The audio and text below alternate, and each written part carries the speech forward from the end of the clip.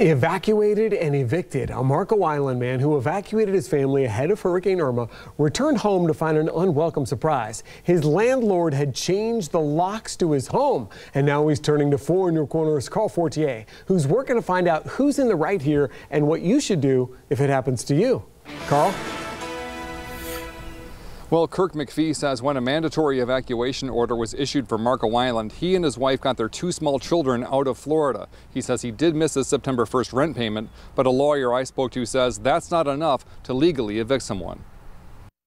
We just packed up a couple cars and my wife followed behind me and we got out of the state. Kirk McPhee and his family left their home on Marco Island after the evacuation order was issued ahead of Hurricane Irma. He says he did miss his September 1st rent payment on this house on Tahiti Drive, but that his landlady texted him that she was terminating his lease for non-payment of rent. I texted her, I said I have the money to pay. The only reason I didn't pay before was because I wanted to make sure that I had enough money, and I didn't even know if there was going to be a house there. McPhee left his family up north with in-laws to come back and check on the place. He found this handwritten note on the door. It just said, notice the locks have been changed.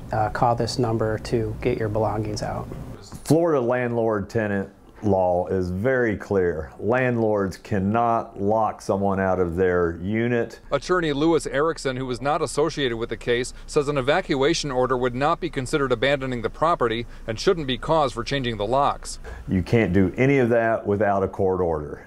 It doesn't matter how long someone has not paid. Chuck Thomas, an attorney for the landlady Cindy Love, says he sent McPhee at least 2 eviction notices based on delinquent rent before September. I'm guessing, but I'm pretty close, about $1,900 behind on the rent. So I gave him notice we were terminating the lease and he could come and get his stuff out. There's no truth, and I never got an eviction notice until September 8th, I think.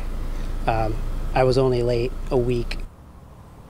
Now McPhee insists that he offered to pay Cindy Love the rent due for this month, but says she ignored the offer. Her attorney Chuck Thomas says that his decision to evacuate had nothing to do with this eviction.